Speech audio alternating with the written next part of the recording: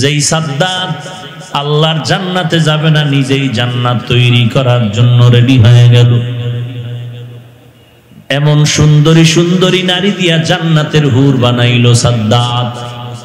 তৈরি হয়ে গেল বিশাল বেহেশত, দেখার জন্য রওনা হয়ে গেল। পেছনে এক বুড়া মানুষ সাদ্দাতের পেছন অনুসরণ করে আর বলে, এই সাদ্দাত, একটু সময় দাও, আমার জরুরি কথা শুনে যাও। সাদ্দাত বাহনে দ্রুত গতিতে দৌড়ায়, পেছনের বুড়ার দিয়ে তাকায়, বলে সময় নাই।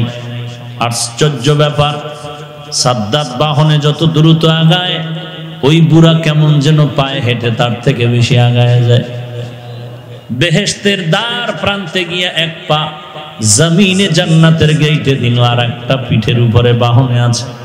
বুড়া চক্কর লাগাইয়া সামনে গিয়া দাঁড়ায়, কয়, সাদ্দাত, পাওটা আর নামাবি না, আমার পরিচয় নাও, আমি আল্লাহর পাঠানো ফেরেশতা আজরাইল আলাইহিস সালাম। অন্ধকারে পথের মাঝে চলছো ভাইও একা, মনের মাঝে খেলছে তোমার কত আঁকা বাঁকা। সাদ্দাত সমপলক তোমায় নাহি হেলিতে দিবে, হুঙ্কারে মালাকুল মউত তোমায় নিয়ে যাবে। পালানোর কোনো সুযোগ নাই। বড় বড় বাহাদুর গুলো আজ ধ্বংস হয়ে গেল। গোটা দুনিয়ার শোষক আর দুজন ছিলেন শাসক। একজন হলেন পয়গম্বর সুলাইমান, আর একজন হলেন বাদশাহ জুলকারনাইন। এই বাদশাহ জুলকারনাইন ইন্তেকালের আগ মুহূর্তে ভক্তদের বলে গেলেন, জানাজার পর আমার হাত দুটো বের করে বাজারে ঘুরাইয়া তারপরে কবরস্থ করবা। এমনটা যখন করা হলো, দুনিয়াদারেরা ডাক দিয়া কয়, তাকায়া দেখ, এত বিশাল দুনিয়ার ক্ষমতা পাওয়ার পরও কন্ট্রোল করতে পারে না, লোভে পড়ে গেল। মরণের পরও হাত বিছায় বলে, দেও আরো দেও, আরো দেও, আরো দেও। ইমানওয়ালা ডাক দিয়া কয়, রে দুনিয়ার ধান্দাবাজেরা, না না, বরং কিয়ামত পর্যন্ত আনেওয়ালা উম্মত। আল্লাহর বান্দা উপদেশ দিয়ে গেলেন, সবক নাও।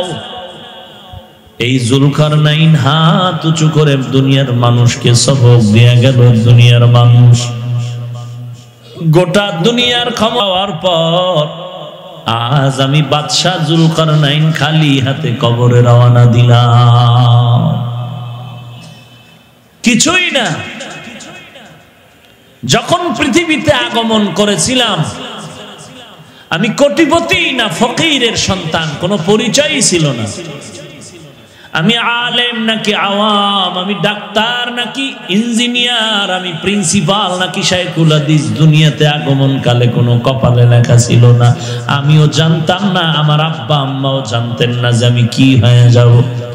আবার বিদায় বেলাটাও এমন, আজ আমি বক্তা দাবি করি, আজ আমি মাওলানা দাবি করি, মুফতি দাবি করি, চেয়ারম্যান দাবি করি, এমপি দাবি করি। কাফনের প্যাকেট যখন হয়ে যাবে, কপালে লেখা থাকবে না তুমি এমপি না মন্ত্রী, নাকি তুমি কোটিপতি না গরিব না পীর না মুরিদ, থাকবে লেখা একাকার হয়ে যাবে, সাথে কিছুই নাই। এখন তো জমিনের মধ্যে চলার সময় এমপি সাহেবের একটা কার্ড থাকে, আমি সরকারি লোক, কিন্তু মরণকালে কোনো আওয়াজ নাই। কে পীর, পীরের জন্য দামি চেয়ার, মুরিদের জন্য নিম্নের বিছানা। কিন্তু কাফন দেওয়ার সময় পীরের কাফনটা একটু দামি হবে, কোনো কায়দা নাই। গরিবের কাফন একটা কম হবে, সুযোগ নাই।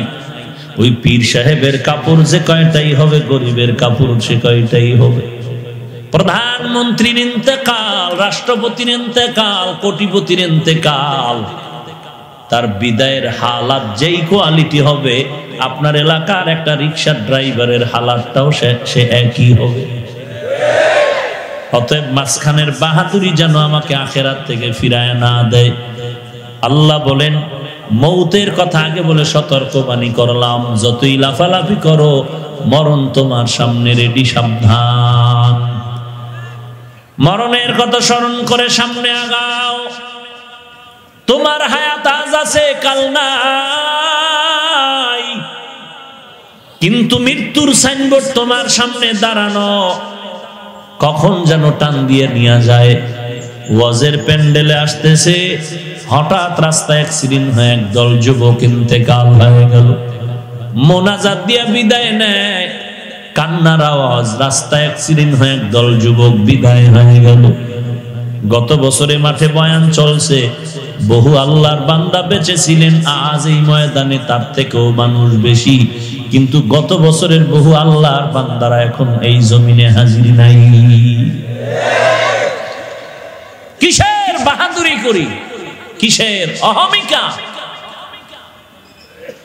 আল্লাযী খালাকাল মাউতা ওয়াল হায়াতা লিয়াবলুয়াকুম আইয়ুকুম আহসানু আমালা। মৌতের কথা স্মরণ করো হে মুমিন, মরণ থেকে পালাবার কোনো উপায় নাই।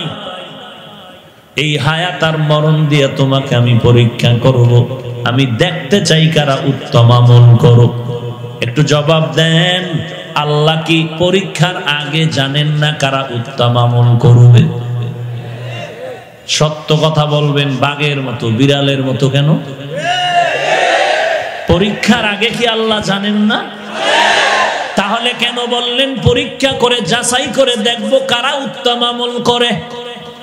লম্বা চওড়া কথার সংক্ষিপ্ত নির্যাস হলো আল্লাহ দেখার জন্য না, বরং পরীক্ষার্থীকে জানানোর জন্য। তুই নিজে জেনে নে, তুই পাস করবি নাকি ফেল করবি, পুরস্কার পাবি নাকি তিরস্কার পাবি, তুই জান্নাতি না জাহান্নামী। আমলের পরীক্ষা দিয়া নিজেরটা নিজে নির্ণয় করে না। পরীক্ষাটা হবে আমলের। কিসের? আমল মানে কাজ। এই কাজের আরবি ফেল, ফেল মানে কাজ, আমলুন মানিও কাজ। ফেল এমন কাজ যে কাজটা করা মাত্র ক্রিয়া শেষ এবং দুনিয়ার সাথে সম্পৃক্ত। আমল এমন কাজ যেটা করা মাত্র ক্রিয়া চালু, শেষ নাই এবং আখিরাতের সাথে সম্পৃক্ত। এই আমল দুই প্রকার, নেক আমল আর বদ আমল। ফরজ, ওয়াজিব, সুন্নাত, মুস্তাহাব এগুলো সব নেক আমল। হারাম, মাকরু, তাহরিমি, তানজি, শিরক, বিদআত, গুনাহে সাগীরা, কবীরা সব হলো বদ আমল। এই বদ আমল আবার দুই প্রকার, ফাহশা আর মুনকার। ইন্নাস সালাতা তানহা আনিল ফাহশাই ওয়াল মুনকার ওয়া লাযিকরুল্লাহি আকবার। ইন্নাল্লাহা ইয়া'মুরুকুম বিল আদলি ওয়াল ইহসান ওয়া ইতা'i যিল কুরবা ওয়া ইয়ানহা আনিল ফাহশাই ওয়াল মুনকারি ওয়াল বাগই ইয়া'iযুকুম লা'আল্লাকুম তাযাক্কারুন।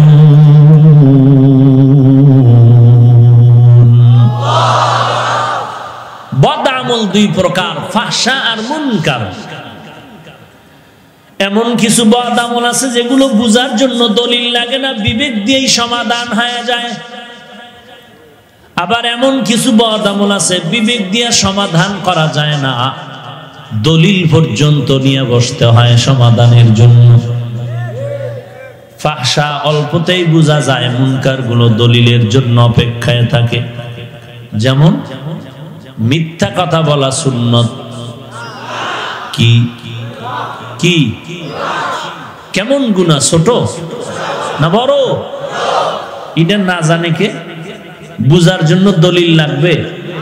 বলেন, কথা বলেন। দলিল লাগবে? লাগবে না। দলিল আছে ঠিক, দলিল পর্যন্ত যেতে হবে না। মিথ্যা এমন একটি মহাপাপ, পৃথিবীর সব বেঈমানেরাও মিথ্যা পছন্দ করে না। করে? সন্তান মিথ্যা বলে, মা পছন্দ করে না। মা বাবার মিথ্যা সন্তান পছন্দ করে না। ভাইয়ের মিথ্যা ভাই পছন্দ করে না। বন্ধুর মিথ্যা বলে বন্ধু পছন্দ করে না। দুনিয়ার কেউ মিথ্যাটাকে কবুল করে না, পছন্দ করে না। সবার কাছে ঘৃণিত একটি কাজ, এটা মহাপাপ। দলিল দরকার নাই, দলিল পর্যন্ত যেতে হবে না, এটাও বদ আমল। যদিও দলিল রেডি। ওয়াইলু ইয়াউমাইযিল লিল মুকাজ্জিবিন, ওয়াইলু ইয়াউমাইযিল লিল মুকাজ্জিবিন, ওয়াইলু ইয়াউমাইযিল লিল মুকাজ্জিবিন। মিথ্যাবাদীর জন্য ওয়াইল নামক জাহান্নাম, মিথ্যাবাদীর জন্য ওয়াইল নামক জাহান্নাম। আজ বাঙালি মুসলমান আন্তর্জাতিক গজবের বেড়াজালে পড়িয়া মিথ্যা কথা চর্চা করে। ওই গজব সবার পকেটে, নাম হলো মোবাইল। কি পরিমাণ মোবাইল আমাকে মিথ্যার চর্চা শিখাইলো। ঘরের মধ্যে বসে বলি আমি ঘরে নাই। কি পরিমাণ মিথ্যার চর্চাই মোবাইল। হাসতে হাসতে মিথ্যা বলি, কিছু মনেই করি না। অথচ মিথ্যা বড় মারাত্মক অপরাধ। ইয়াকুমাল কিযব ফাইন্নাল কিযবা ইয়াহদি ইলাল ফুজুর ওয়া ইন্নাল ফুজুরা ইয়াহদি ইলান নার। মিথ্যা বড় মারাত্মক পাপ, খারাপের চূড়ান্ত পর্যায়ে নিয়ে যায়, আর খারাপের চূড়ান্ত ফলাফল হলো জাহান্নাম। মিথ্যা বলা মহাপাপ। এটা বুঝার জন্য দলিল পর্যন্ত যেতে হয় না। দ্বিতীয়ত বলেন, গালাগালি করা কেমন পরিমাণ সওয়াবের কাজ বলেন? এটাও কি ছোট না বড়? বড়। এটা বুঝার জন্য দলিল লাগবে? সবার বিবেক বুঝে ফেলেছে গালি বড় খারাপ একটা জিনিস। কেউ কারো গালি পছন্দ করে না। যদিও আমার সোনার বাংলাদেশে সব চলে, কারণ সম্ভাবনাময় দেশ তো, সবই সম্ভব। অসম্ভব সম্ভব। কেমন অসম্ভব সম্ভব? আর কি বলবো, লজ্জা করে। বাবা কলিজার টুকরা মেয়েকে হোটেলের মধ্যে নিয়ে বলে, আজকের রাতের জন্য তুমি আমার স্ত্রী। নাউজুবিল্লাহ। আরো আসতে বলেন। কোন জামানায় বসবাস করা হে মুমিন! বড় মারাত্মক অপরাধ। আর এখন তো এমন হালাত, একটা কথা একটা কাজ করলে এটা আমি জানার আগেই মিডিয়া তা প্রকাশ করে ফেলে। এরে নবীর অস্বীকার করার কোনো সুযোগ নাই। দুনিয়ার পেছনে দৌড়ায় কোনো লাভ নাই রে গোলাম। গালি দেওয়া একটি মহাপাপ। কোরআনে হাকিম বলে হারাম, পয়গম্বর বলেন হারাম। মাঝে গালির চর্চা এত বেশি চলতেছে, এটা যে একটা গুনার কাজ, এটা অন্তরে কারো খবর নাই। কেমন গালি! ওমরে ফারুককে বলে বেদাতি। জোরে বলেন। ইমামে আজম আবু হানিফাকে বলে মুশরিক। অথচ ইমামে আজম আবু হানিফা কত দামি মানুষ। ইমামে আজম আবু হানিফা তিনি একজন মাযহাবের ইমাম। ইমাম শাফিঈ রাহমাতুল্লাহ আলাইহি তিনি একজন ইমাম। ইমাম আহমদ বিন হাম্বল ইমাম। ইমাম মালিক রাহমাতুল্লাহ আলাইহি তিনিও একজন ইমাম। কিন্তু বিচক্ষণতার দিক থেকে ইমামে আজমের বিচক্ষণতা অনস্বীকার্য, বিশাল। সারা রাত যদি তার মানাকিব নিয়ে আলোচনা করা হয়, জিন্দেগি পার হয়ে যাবে, শেষ হবে না। কেমন সে ইমামে আজম! হাদিস শরীফের মধ্যে দ্বিমুখী কথাগুলো সমাধান করার জন্য চেষ্টা করেছিলেন জীবনটা দিয়া। নাভির নিচে হাত বাঁধিয়াও নামাজ পড়ার হাদিস আছে, বুকের উপরও হাত বাঁধা যাবে। হাতটা ছাড়িয়া দিলেও কোনো সমস্যা নাই। এক ইমাম এক একটা নিয়ে গেলেন। ইমামে আজম আবু হানিফা চিন্তা করলেন, দেখিনি নবীর সব হাদিস মোটামুটি আমল করা যায়। চিন্তা গবেষণা করে সিদ্ধান্তে পৌঁছলেন, একই ঘরের মধ্যে আমি নাভির নিচে হাত বাঁধবো, আমার স্ত্রী বুকের উপরে বাঁধবেন। আমার মা আমার বোন বুকের উপরে হাত বাঁধবে, আমার ভাই আমার আব্বা সব নাভির নিচে হাত বাঁধবে। একই ফ্যামিলির মধ্যে দোনো হাদিসের আমল চলবে। তিনি হলেন ইমামে আজম আবু হানিফা। লাকাদ জানাল বিলা দাওয়ামান আলাইহা ইমামুল মুসলিমিনা আবু হানিফা বুধ ইমামে বাসফা আসে রাজে উম্মতনে মুস্তফা। এমন লোকটাকে যারা বলে মুশরিক, তাদেরকে নির্দ্বিধায় বলা চলে তারা আহলে বাতিল, তারা আহলে। ভাইরা আমার, এ হলো বদামুল দুই প্রকার, একটা ফাহশা আর একটা মুনকার। আল্লাহ বলেন নবী উম্মতেরে জানায় দেন কাফেরের সাথে যেন খারাপ আচরণ না করে। কুল্লি ইবাদি ইয়াকুলুল্লাতী হিয়া আহসান ইন্নাশ শাইতানা ইয়ানযাগু বাইনাহুম ইন্নাশ শাইতানা কানা লিল ইনসানি আদুওয়াম মুবিনা। কুল্লি ইবাদি আয় ইবাদিয়াল মুমিনিন ইয়াকুলুল্লাতী হিয়া আহসান ইয়াকুলুল কুফফার। মুমিনদের জানায় দেন কাফেরের সাথে যেন খারাপ আচরণ না করে। তার মানে কাফেরের সাথে মুমিনেরা খারাপ আচরণ করবে, মুমিনের সাথে মারাত্মক খারাপ আচরণ করবে। হ্যাঁ, না না। قال النبي صلى الله عليه وآله وسلم সিলমান কাতাকা ওয়াফু আম্মান যালামাকা ওয়া আহসিন ইলা মান আসাআ ইলাইক। আত্মীয়তার বন্ধনটাকে মজবুত করে নাও হে মুমিন। কেউ যদি জুলুম করে মাফ করে দাও, কেউ যদি তোমার সাথে খারাপ আচরণ করে তুমি ভালো ব্যবহার উপহার দাও। ভালো ব্যবহার, এটাই হলো একটা মানুষের আচরণ, মানুষের পরিচয়। জবান দিয়া গালাগালি করা হারাম। একটা মুসলমান কখনো জবান দিয়া গালি দিতে পারে না। আল্লাহ তাআলা আমাদের সবাইকে মিথ্যা এবং গালাগালি থেকে জবানকে হেফাজত করার তৌফিক দান করুন। এগুলো ফাহশা। দলিল আছে ঠিক, দলিল পর্যন্ত যেতে হয় না, আরো বহু ব্যাখ্যা আছে। মুনকার, দলিল ছাড়া সমাধানের পথ বের করা যায় না। যেমন আমাকে বলেন সিজদা করা, বুঝে শুনে বলেন গুনাহ না সওয়াব? ঘুমাইতেছেন আপনারা? কারো জ্যৈষ্ঠ মাস, কারো সর্বনাশ। সিজদা করা সওয়াব না গুনাহ? সবাই বলেন নাকি সন্দেহ আছে? সওয়াব। মাজারে দিলে, কবরে দিলে, বটগাছে দিলে, পাথরের মধ্যে দিলে, সবাই একমত। কিন্তু যারা দেয় তারা কি গুনাহ মনে করে দেয়? হ্যাঁ, তারা তো মহামূল্যবান, দামি মনে করে দেয়। আপনি গিয়া যদি বলেন এই মিয়া সিজদা করিও না, শিরক, বলবে থাম, কিসের শিরক? দলিল দে। আপনি বলবেন ইবাদতের সিজদা আল্লাহ ব্যতীত আর কাউকে দেওয়া যাবে না। বলে বুঝলাম, দাঁড়া, তোর দলিলের জবাব নে।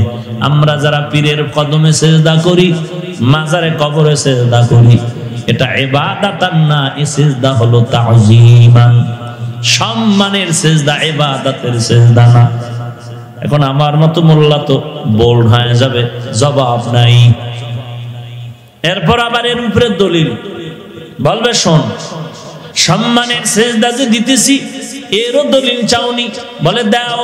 বলে এক নাম্বার, পয়গম্বর আদম রে সম্মানের সিজদা করেছিলেন সমস্ত ফেরেশতারা। দলিল আরো চাও? বলে দাও।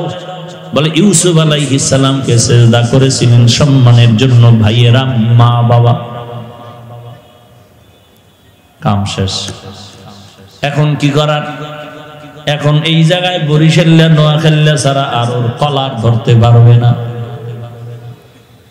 মারাত্মক মেজাজ নিয়ে হিকমতে তার কলারটা ধরে জিজ্ঞাসা করা দরকার, তারপরে তুই ইউসুফ নবীর উম্মত নাকি আদমের উম্মত না মুহাম্মদের উম্মত? যদি বলে মুহাম্মদের উম্মত, কানে দইরা 13 বার উল্টারব। মুহাম্মদের আদর্শ জানো না, তুই উম্মত দাবি করো রে বেআকল। মুহাম্মদের শরীয়তের মধ্যে ভালো করে জেনে নাও, ইবাদত বুঝি না, সম্মান বুঝি না, আল্লাহ ছাড়া কাউকে সিজদা করা হারাম। ভাইরা আমার, এরপরও কিন্তু সমাধান নাই। দলিলের উপরে দলিল, দলিলের উপরে দলিল, বড় বড় আওয়াজ দিয়ে বাহাস মুবাহাসার আয়োজন করে, যুক্তি তর্ক হবে। কিন্তু বাংলাদেশে যতই বাহাস হয়েছে আজও পর্যন্ত বাতিল বাতিলের রাস্তায় রইল, ফিরল না, বরং হেরে গিয়াও বলে জিতে গেছি। তো যেই পাগলায় হেরে গিয়াও কয় জিতে গেছি, আরে ঠগায় কে, আরে হারায় কে? আরে কেউ হারাতে পারে না। ভাইরা আমার, বড় মারাত্মক অবস্থা। সাবধান, হেরে নবীর উম্মতের দল। একটা গ্রাম্য প্রবাদ আছে, আদার ব্যাপারী জাহাজের খবর নিতে যেও না, ভেজালে ভরে যাইবে। আউযুবিল্লাহ পারেন না, আসসালামু আলাইকুম বলতে পারেন না। আপনার মতো বান্দার সামনে আরবি কোরআন দিলে বয়ে বয়ে দোয়ায়ে নুস পড়বে, তাও পারবে না, বোবা হয়ে থাকবে। এ যদি বলে আবু হানিফারে মানি না, কি রকম অবস্থা হয় মন মানসিকতা। শুধু এতটুকু, আরে বাপরে বাপ, নবীর লয়ে টান দিছে। কি কয়, এই মেয়ে খালি ইমাম মানো, ইমাম মানো, নবী কি ইমাম মানছেনি? কেবল গোড়ায় হাত দিছে। এটাও একটা দৃষ্টতা। কথায় কথায় নবী করছেনি, নবী করছেনি, নবী এটা করছেনি, করে নাই আমিও করি না, নবী যেটা করেছেন আমি তাই করি। এটাও একটা দৃষ্টতাপূর্ণ কথা। কারণ নবী জীবনে যা যা করেছেন কোন উম্মতের জন্য তা তা করা হারাম। নবী 9 বিয়ে করেছেন, আপনি করেন? কথা বলেন না কেন?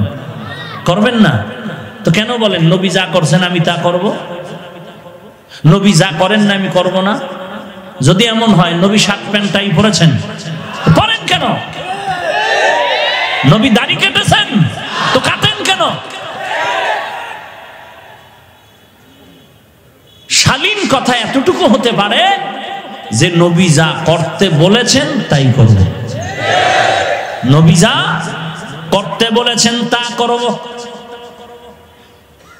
একথা বলবেন না নবী ইমাম মেনেছেন কিনা, নবী তো ইমাম মানে না, আমরা মানব কেন? প্রশ্নটা এমন হয়ে গেল বোকার মতো। ছেলে বিয়ে করছে, মা বাবাই জানে না, এরকম হয় কিনা? কম না বেশি? শতকরা বেশিরভাগ বিয়ে এমন হয় যে ছেলে বিয়ে করেছে, বিয়ে পাশ করে, বিয়া পাশ করেছে, মা বাবাই জানে না। বাবায় ধমক দিয়ে কয়, বেয়াদব, বিবাহ করেছ বা বাবারে জানাইলি না, এত বড় দৃষ্টতা আচরণ কেন করলি বাবা? কেমন বোকা ছেলে, কয় তোমার বিয়ার সময় আমিও জানাই শুনি। এটা যেমন বোকার মতো প্রশ্ন, বোকার পরিচয়।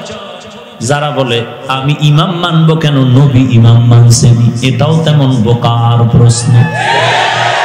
কারণ আমার নবী ইমাম মানবেন কেন? তিনি নিজেই তো ইমামুল মুরসালিন, তিনি ইমাম মানবেন কেন? এগুলো সব হলো মূর্খতা। সব কি মূর্খতা। এজন্যই তো এই মূর্খতা দূর করার জন্য আলেমের কাছে যাও, মুরব্বীদের কাছে যাও।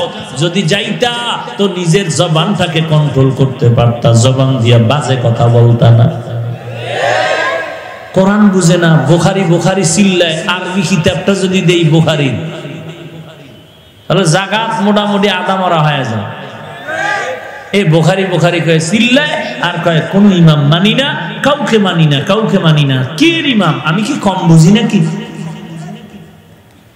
বাঙালি বড় চালাক, অন্যায় করে ধরা খাইলে কয় না জেনে করছি। আর যখন একটু ভাবসাব দেখানোর সুযোগ পায় তখন হুজুরেরা কি জানে, আমরা কি কম জানিনি? আছে না নাই? হোটেলের মধ্যে লেখা আছে অনেক সুন্দর সাইনবোর্ড লাগানো হালাল হোটেল। এই হালাল হোটেলের মধ্যে ঢুকছে একজন সম্মানিত চোর। ঢুইকা মোটামুটি পাবলিকের চোখ এড়ায় যেতে পারে না, খাইলো ধরা। আর কি ধোলাই, পাবলিকের দোলাই তো বিসমিল্লাহ ছাড়া কোনো আওয়াজ নাই। এমন ফিডা হোটেলের ম্যানেজার ধরে আর মারিস না, ভেতরে নিয়ে তওবা করা, আর এদিকে আসবি না, দৌড়। কাহা দৌড়? বলে এমন জোরে দৌড় দিবি পেছনে তাকাবি না। চোরা এমন জোরে দৌড় দিল, তওবা করে দৌড় দিল, কিছু দূর গিয়ে আবার পেছনে তাকাইলো। ম্যানেজার আবার লাঠি হাতে নিয়ে কয় বেয়াদব, সামনে দৌড়া। দৌড়ায় গেল, আর আসবে না, নিশ্চিন্তা হয়ে গেলাম। এক সপ্তাহ না যাইতে আবার হাজির। কি ব্যাপার? সেদিনের তওবা, চোরের একটা তওবা। তাহলে আসলি কেন? মাইরের কি ভয় নাই? বলে আছে। তো আবার কেন আসলি? বলে ওই দিন আসছিলাম নিজের ইচ্ছা নিয়া, আজ আমি আমার ইচ্ছায় আসি নাই। বলে কেমনে আসলি? বলে আপনি বলছেন দৌড় দিব, পেছন দিকে তাকাবো না। দৌড়াইয়া হঠাৎ পেছনে যখন তাকাইলাম, সাইনবোর্ডে লেখা দেখলাম ধন্যবাদ, আবার আসবেন।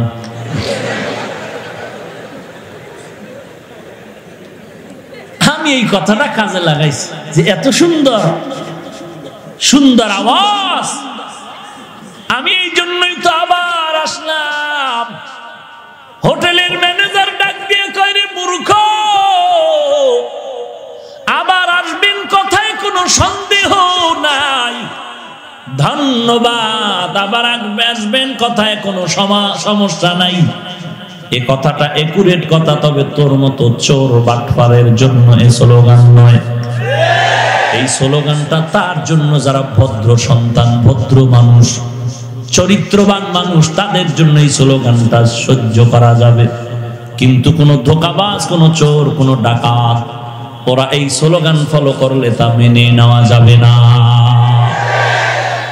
ইমামে আজম আবু হানিফা যদি বলতেন আমার মাযহাব মানা লাগবে না, কথাটা মেনে নেওয়া যেত। ইমাম বুখারী রাহমাতুল্লাহ আলাইহি যদি বলতেন মাযহাব আমার মানা দরকার নাই, কথাটা মানা যায়। ইমাম মালিক যদি বলেন আমার মাযহাব মানার প্রয়োজন নাই, কথাটা মানা যায়। ইমাম শাফি যদি বলেন আমার মাযহাব লাগবে না, কথাটা মেনে নেওয়া যাবে। ইমাম আহমদ বিন হাম্বল যদি বলেন মাযহাব আমার মানা লাগবে না, কথাটা মেনে নেওয়া যাবে।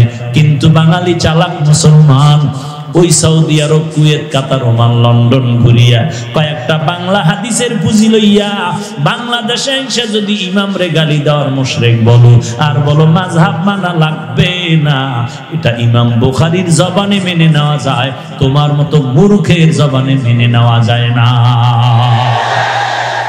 ونشهد أن لا إله إلا الله وحده لا شريك له لا ضد له ولا ند له ولا مثل له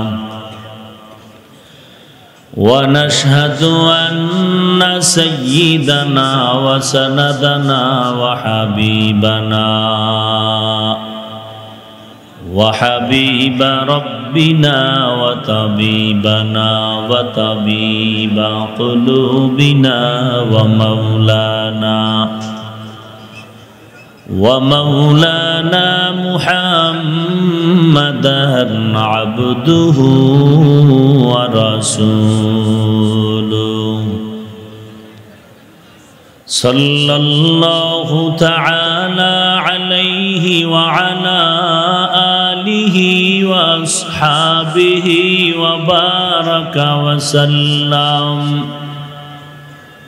وبارك وسلم تسليما كثيرا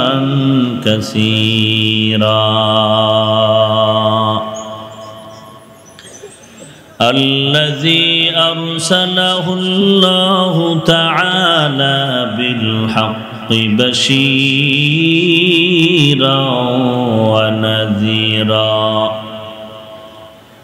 وداعيا إلى الله بإذنه وسراجا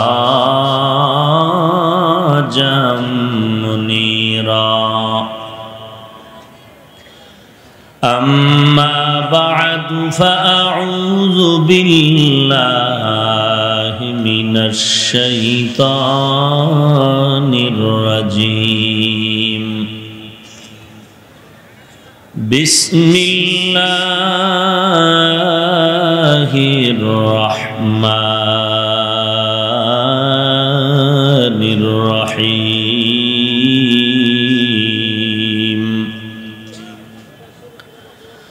الذي خلق الموت والحياة ليبلوكم أيكم أحسن عملا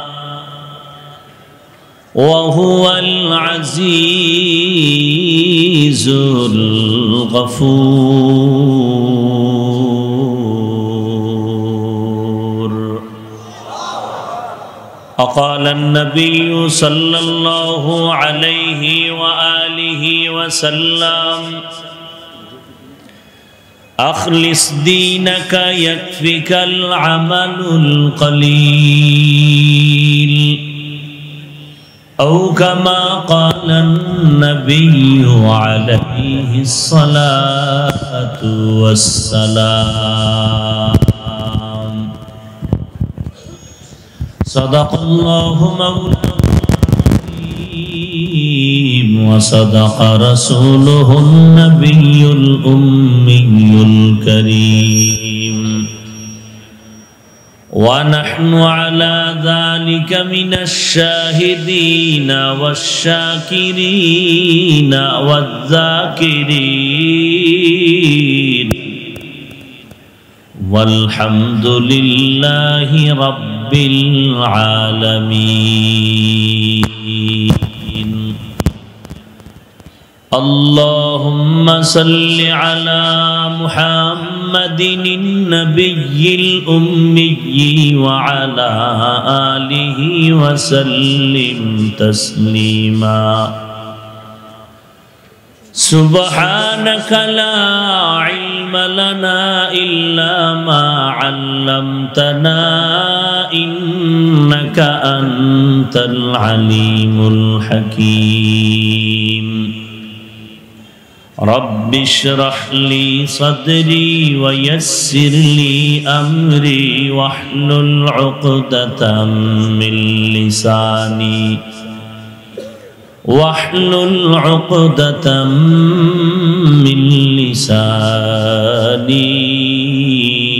يفقه قولي. باطل سے دبنے والے اے آسمان ہی ہم، باطل سے دبنے والے اے آسمان ہی ہم، سو بار کر چکا ہے تو امتحان ہمارا، سو بار کر چکا ہے تو امتحان ہمارا.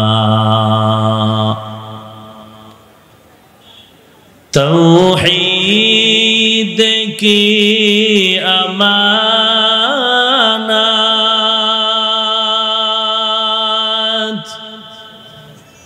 سینوں میں ہے ہمارے،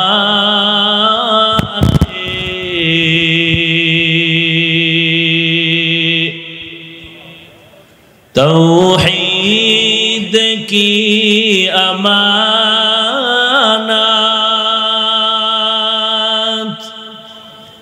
سینوں میں ہے ہمارے،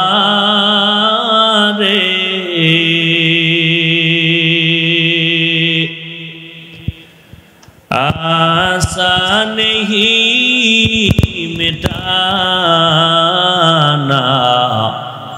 نام و نشان ہمارا، नहीं मिटाना नामो निशा हमारा। मुहम्मद ने कुफ्र को मिटाया, कुफ्र को मिटा कर सदाकत बताया, कुफ्र को मिटा कर सदाकत बताया। 2 दिन ব্যাপী 35তম ঐতিহাসিক ইসলামী মহাসম্মেলনের আজ সমাপনী দিন 23শে ফেব্রুয়ারি 2020 রামু খিজারি সরকারি হাই স্কুল স্টেডিয়ামে আয়োজিত মহতি এ সম্মেলনে উপস্থিত মুহতারাম সম্মানিত সভাপতি, প্রধান অতিথি, বিশেষ অতিথিবৃন্দ,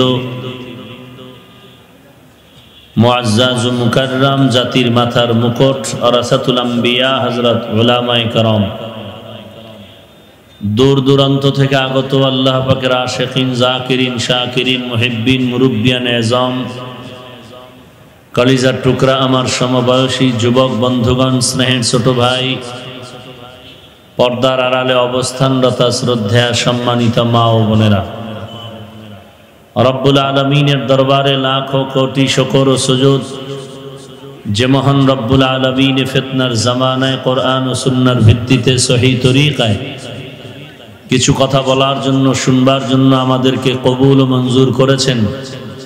নেয়ামতের শুকর আদায়ার্থে মুসলমান হিসেবে ঈমানের আওয়াজ উঁচু করে এক আওয়াজে উচ্চ কণ্ঠে সকলেই কালিমাতুশ শুকর উচ্চারণ করি, আলহামদুলিল্লাহ।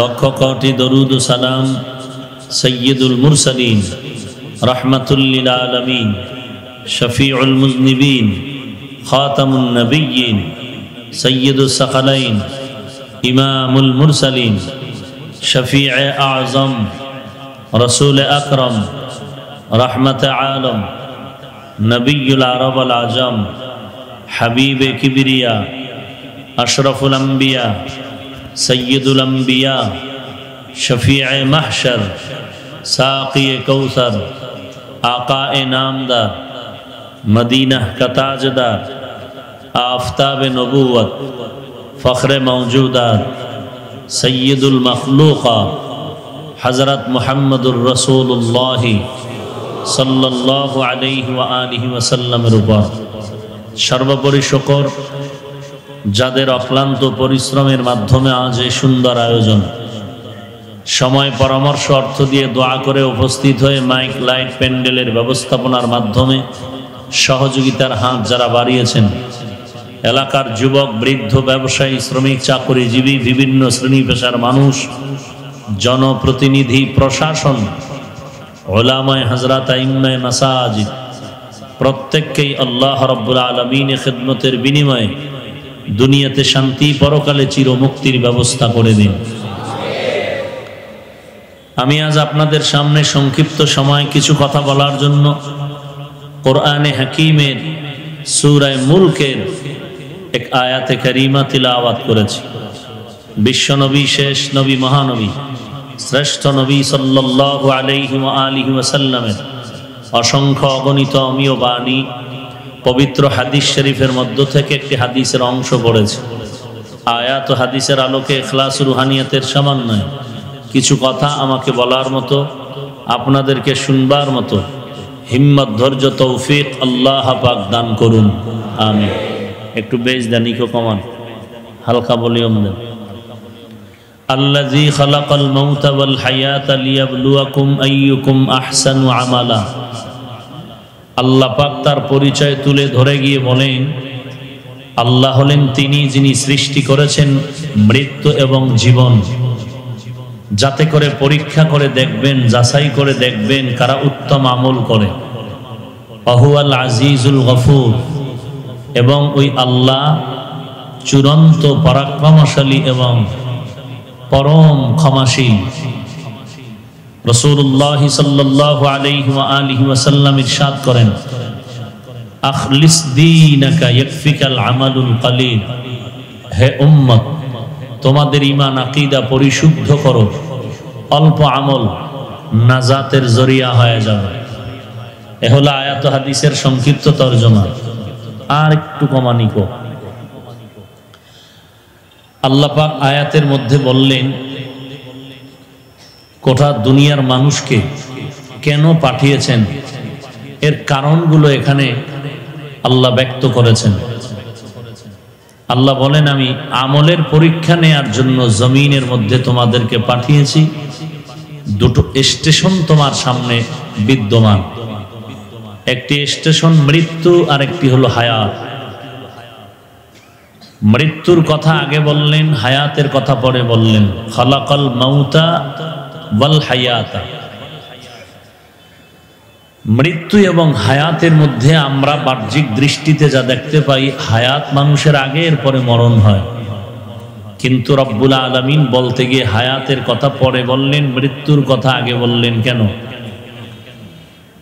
মূলত মানুষকে এটাই বোঝাচ্ছেন যে আমরা আসলেই মৃত্যু থেকে হায়াত পেয়েছি। আল্লাহ ভিন্ন আয়াতে বলেন, কাইফা তাকফুরুনা বিল্লাহি ওয়া কুনতুম আমওয়াতা। তোমরা কিভাবে নাফরমানি করো আল্লাহর সাথে, আল্লাহর দ্বীনের সাথে, অথচ তোমরা ছিলে মৃত্যু। এক জবাব। দ্বিতীয়ত, মৃত্যুর কথা আগে বলে হায়াতের কথা পরে বলে আমাদেরকে এদিকে ইঙ্গিত করলেন যে মৃত্যু নিশ্চিত হবেই। হায়াত তোমার পেতেও পারো, নাও পেতে পারো। মৃত্যু হবে নিশ্চিত, হায়াতের কোনো গ্যারান্টি নাই। এমনও হতে পারে যে মায়ের গর্ভ থেকেই মৃত্যু পৃথিবীতে আগমন করলে, অথবা আসার পরে অল্প টাইম পরে বিদায় নিয়ে গেলে।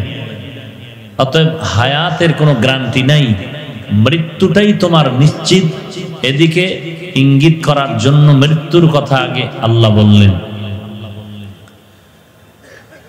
দ্বিতীয়ত, হায়াত যারা পাইছো, ও দুনিয়ার মানুষ, তোমরা হায়াত পেয়ে রং তামাশায় পাগলামি করে অতি উৎসাহিত হয়ে আল্লাহকে ভুলে যেও না। তোমার মৃত্যু কিন্তু সামনের স্টেশন, এবং এমন একটা স্টেশন যেটার কোনো টাইম নাই, কখন যে গাড়ি থামবে বলা যায় না, প্রস্তুতি নাই, জানা নাই। অতএব তুমি অল্প টাইমের হায়াত পেয়ে বেশি অহংকারী হও না, দম্ভ ভরে চলো না। খবরদার, মৃত্যুর করাল গ্রাস থেকে বাঁচার উপায় নেই। কেউ বাঁচতে পারেনি। নমরুদ, হামান, কারুন, ফিরাউন, সাদ্দাত, এরা পৃথিবীর শ্রেষ্ঠ বীর ছিল। অন্যায়ের লাইনে না টাকা কম ছিল, না ক্ষমতার বাহাদুরি কম ছিল, কিন্তু এত বড় বেদিন বেঈমান বাহাদুরকেও মুহূর্তে আল্লাহ ধ্বংস করে দিলেন। ওই মৃত্যুর হাত থেকে পালানোর কারো কোনো সুযোগ নাই। অতএব অল্প দিনের হায়াত পেয়ে বেশি লাফায়ও না, হায়াত পেয়ে বেশি উচ্ছৃঙ্খলতা করো না। সবকিছুর হিসাব তোমার করায় গন্ডায় দিতে হবে।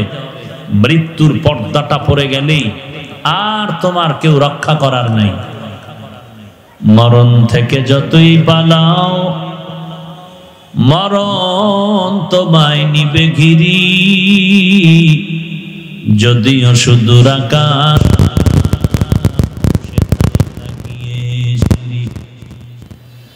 নদী পথে নৌকা চালাও ও মাঝি ভাই। বেলা ডোবার আগে আমি উঠতে চাই। ডুবে গেলে বেলা রে আর উঠে না, ভেঙ্গে গেলে মেলা রে আর জমে না। পৃথিবী শাসন করেছিলেন, পৃথিবী নামক গ্রহকে শোষণ করেছিল দুজন শাসক হলেন মুসলমান, শোষক হলো বেঈমান। শাসক শাসন করেন ইনসাফের দ্বারা, শোষক শোষণ করে জুলুম অত্যাচারের দ্বারা। দুইজন শোষক জালেম, একজন হলো নমরুদ আর একজন হলো বখতে নসর, কেউ বলেন সাদ্দাত।